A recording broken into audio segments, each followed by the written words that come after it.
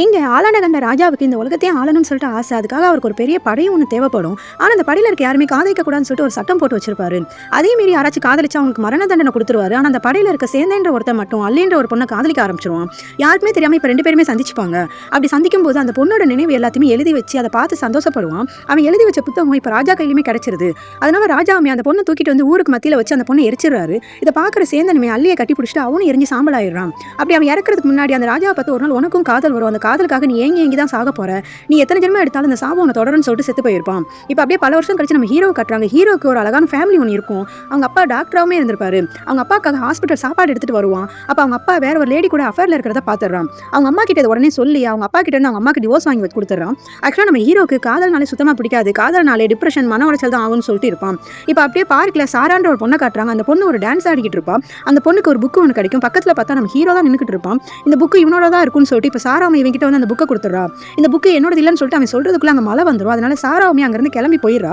இப்போ நம்ம ஹீரோவுமே லிஃப்ட்டை ஓப்பன் பண்ணுறான். பார்த்தா ஹீரோட தம்பி உள்ள வேற ஒரு பொண்ணுக்கு கிஸ் கொடுத்துக்கிட்டு இருப்பான். இதை பார்த்த உடனே ஹீரோக்கு ஏதோ ஒரு விஷுவலில் என்னென்னமோ தெரிய ஆரம்பிச்சு. தம்பி எங்கேயோ ஒரு பொண்ணு கூட போகிற மாதிரியும் அங்கே பிரச்சனை வந்து ஒரு ரவுடி அவன் தம்பியை கத்தியால் குத்துற மாதிரி விஷுவல் வந்திருக்கும். இதனால இவனுமே உறைஞ்சு போய் அப்படியே நின்று பார்த்துக்கிட்டு இருக்கான். பார்த்தா அடுத்த நாளே அவன் கேர்ள் ஃப்ரெண்ட் கூட தம்பி வெளியே போயிருக்கான்றது தெரிய வருது. அதனால இவனுக்கு ஏதாச்சும் தப்பா நடந்துறப்போன்னு சொல்லிட்டு அங்கே போய் பார்க்குறான். பார்த்தா கரெக்டாக அங்கே ஒரு ரவுடி வந்து அவன் தம்பியை குத்த வரும்போது இவன் உள்ளுக்கு வந்து காப்பாற்றிடுறான். இந்த வயசுல உனக்கு என்னடா காதல் கேட்குதுன்னு சொல்லிட்டு இப்போ தம்பியுமே அடிச்சிடறான். இப்போ அந்த பொண்ணை அங்கிருந்து துரத்தி விட்டுறான். இது எல்லாத்தையும் ஃப்ரெண்டு கிட்ட மட்டும் தான் சொல்றான். நான் அவன் ஃப்ரெண்டு இதெல்லாம் நம்புற மாதிரியே இல்லை. இதனால இவங்களுமே பீச்சுக்கு வந்து லவர்ஸாக தேடிக்கிட்டு இருக்காங்க. இப்போ கரெக்டாக அங்கே ஒரு ஜோடியே மாட்டுது. இப்போ அவங்களோட ஃபியூச்சரை பார்க்கும்போது அந்த பொண்ணு வீட்டில் சொன்னதுக்கப்புறம் இவங்க 2 பேருமே பிரிஞ்சிருவாங்கன்றது தெரிய வருது. அதுக்கப்புறம் நம்ம ஹீரோமே அந்த பவரை வச்சு லவ் பண்ணுறவங்களை பிரிக்கிறது ஒரு பெரிய வேலையாக வச்சுக்கிட்டு இருக்கான். நம்ம ஹீரோ அவனோட பவர் வச்சு இப்போ லவ் பண்ணுற எல்லாரையும் பிரிக்க ஆரம்பிச்சிடறான். இதனால இவனுக்கு நிறைய பேர் சாபம் வர்றதுனால ஹீரோவால் நைட்டு சரியாகவே தூங்க முடியல. அதனால ஹீரோமே ஒரு சைக்காரிஸ்ட்டை போய் பார்க்குறாரு. ஹீரோவோட ஃப்ரெண்டோட அப்பா தான் ஒரு சைக்காரிஸ்டாவே இருப்பாரு. அவரும் எல்லா கதையும் கேட்டுட்டு இந்த பவர் உனக்கு எப்படி கிடைச்சதோ அதை கண்டுபிடிச்சு அழிக்க சொல்றாரு.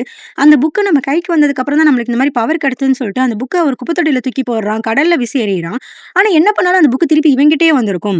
கடைசியில் அதை எரிச்சிடலாம்னு சொல்லிட்டு கூட பார்க்குறான். ஆனா அந்த புக்குக்கு ஒண்ணுமே ஆயிருக்காது. இந்த புக்கு என்ன பண்ணாலும் நம்ம கையை விட்டு போக மாட்டேங்குது. அதனால இந்த புக்கை கொடுத்தவங்க கிட்ட தான் ஏதாச்சும் சொல்யூஷன் இருக்குன்னு அவங்கள போய் பாருன்னு சொல்லிட்டு இப்போ ஃப்ரெண்டோட அப்பாவுமே ஒரு ஐடியா கொடுக்குறாரு. நம்ம ஹீரோமே அந்த பொண்ணு எங்க இருப்பான்னு சொல்லிட்டு தேட ஆரம்பிக்கிறான். பார்த்தா அந்த பொண்ணு ஒரு டான்ஸரா இருப்பா. ஒரு டான்ஸ் ஸ்கூலுமே நடத்திக்கிட்டு இருப்பா. நம்ம ஹீரோமே இப்போ போய் அதில் ஜாயின் பண்ணிக்கிறான். இப்போ அப்படியே ஃப்ரெண்ட்லியா பழகி அந்த பொண்ணு கிட்ட புக்கை பத்தி கேட்கலாம்னு சொல்லிட்டு பார்க்கறான். ஆனா நம்ம ஹீரோக்கு பொண்ணுகிட்ட சரியா நம்ம ஹீரோவுக்கும் அந்த பொண்ணு கொஞ்சம் கொஞ்சமா பிடிக்க ஆரம்பிச்சிருது. இப்போ 2 பேருமே நல்லா பேசி பழக ஆரம்பிச்சிடுறாங்க. ஒரு நாள் 2 பேரும் டான்ஸ் ஆடும்போது அவங்கள மறந்து கிஸ் பண்ணிக்கிறாங்க. அப்படி கிஸ் பண்ண அடுத்த செகண்டே நம்ம ஹீரோக்கு ஃபியூச்சர் தெரிய ஆரம்பிக்குது. அதுல அந்த பொண்ணு இறந்து போய் கல்லறையில உட்காந்து ஹீரோ அலற மாதிரி ஒரு விஷுவல் வந்ததுனால அந்த பொண்ணை விட்டு விலக ஆரம்பிச்சிடறான். இப்போ அந்த புக்கை திறந்து ஏதாச்சும் அதில் சொல்யூஷன் கிடைக்குதான்னு சொல்லிட்டு பார்க்கலான்னு பார்த்தா அது ஒரு பழைய லாங்குவேஜா இருக்குன்றனால ஹீரோக்கு ஒண்ணுமே புரிஞ்சிருக்காது. இப்போ அந்த லாங்குவேஜ் தெரிஞ்ச ஒருத்தரை போய் பார்க்க ஆரம்பிக்கிறாரு. அவரும் அந்த புக்கை பார்த்து ஆச்சரியத்துல அந்த புக்கை எழுதியிருந்த கதையை அப்படியே படிச்சு சொல்லவும் ஆரம்பிக்கிறாரு. அந்த காதலே பிடிக்காத ராஜாவுக்கு புனிதான்ற ஒரு பொண்ணு மேல காதல் வந்திருக்கும். இவனோட காதலை சொன்ன அடுத்த செகண்டே அந்த பொண்ணு ரத்தம் கக்கி இறந்து இவன் கண்ணு முன்னாடி போயிருக்கும். இதை பார்க்குற அந்த ராஜாவாலையும் தாங்க முடியல. இந்த சாபத்தினாலதான் இப்படி நடக்குதுன்னு சொல்லிட்டு அந்த புக்கை அவனோட அணைச்சிக்கிட்டு அந்த கடல்ல இறங்கி இறந்து போயிருப்பான். அந்த ஜென்மத்தோட பாவம் தான் தொடருதுன்னு சொல்லிட்டு இப்போ பிரபுவுமே ஹீரோ கிட்ட சொல்றாரு. இதனால அந்த பொண்ணை பயங்கரமா அவாய்ட் பண்ண ஆரம்பிச்சிடறான். ஆனா அந்த பொண்ணே வந்து இப்போ ஹீரோ கிட்ட ப்ரப்போஸ் பண்றான். நான் ஃப்ரெண்டா தான் பழகுன்னு சொல்லிட்டு இப்போ அடுத்த செகண்டே அவாய்ட் பண்ணிடுறான். அதுக்கப்புறம் ஹீரோமே அவன் பவரை வச்சு இப்போ லவர்ஸை சேர்த்து வைக்கவும் ஆரம்பிச்சார். இப்போ நம்ம ஹீரோமே அந்த பொண்ணு கிட்ட போய் நம்ம லவ் சொன்னாதானே அவன் இறந்து போவான்னு சொல்லிட்டு இப்போ பயங்கரமா அவாய்ட் பண்ண ஆரம்பிச்சிடறான். அந்த பொண்ணே வந்து ப்ரப்போஸ் பண்ணா கூட அந்த பொண்ணை கஷ்டப்படுத்துற மாதிரி பேசி அனுப்பிச்சிடறான். ஒரு வாட்டி பிரபுவுமே கால் பண்றாரு. நீ போன ஜென்மத்துல லவர்ஸை பிரிச்சதுனால தான் உனக்கு இந்த மாதிரி சாபம் வந்திருக்கும். அதை நீ சரி பண்ணிட்டேன்னா அந்த சாபம் போறது கூட வாய்ப்பு இருக்குன்னு சொல்றாரு. இதனால நம்ம ஹீரோமே அவரோட பவரை வச்சு இப்போ லவர்ஸ் எல்லாம் சேர்த்து வைக்க ஆரம்பிச்சிடறான். என்னதான் அந்த பொண்ணு கிட்ட பேசாம இருந்தாலும் அவன் கற்பனைக்கு வந்த ஒவ்வொரு விஷயமே இப்போ நடக்க ஆரம்பிக்குது. இதை பார்க்குற ஹீரோமே அந்த பொண்ணுக்கு எதுவும் ஆகக்கூடாதுன்னு சொல்லி அந்த பொண்ணை ஃபாலோ பண்ண ஆரம்பிக்கிறான். ஹீரோட அப்பா வேற ஒரு லேடி கூட அஃபேர்ல இருக்கிறத பார்த்துருப்பான். ஆக்சுவலாக அவங்க அஃபேர்லாம் இருந்திருக்க மாட்டாங்க. அவங்க 2 பேருமே காலேஜ் படிக்கிறப்போ லவ் பண்ணிட்டு இருந்திருப்பாங்க. அவங்களோட பேரண்ட்ஸ் தான் இவங்க 2 பேருமே பிரிச்சிருந்திருப்பாங்க. இப்போ பல வருஷம் கழிச்சு 2 பேருமே பார்த்துக்கும் போது தான் அந்த பொண்ணுக்கு கேன்சர் இருக்குன்றது தெரிய வந்திருக்கும். அவங்கள ஆறுதல் படுத்தணுன்றதுக்காண்டி தான் நாங்கள் 2 பேருமே பேசிக்கிட்டே இருந்திருப்பாங்க. அதை பார்த்து ஹீரோ தான் தப்பா புரிஞ்சிருப்பான். இதனால அவங்க அம்மாவை கூட இப்போ அவங்க அப்பாவை சேர்த்து வைக்கவும் ட்ரை பண்றான். இதை தெரிஞ்சுக்கிற இவனுமே இப்போ அவங்க அப்பா கிட்டே அவங்க அம்மா கிட்டே மன்னிப்பு கேட்கறான். லவ் பண்ற பொண்ணுக்கு ஏதோ தப்பா நடக்குதுன்னு சொல்லிட்டு இப்போ அவன் மனசுக்குள்ள தோண ஆரம்பிக்குது.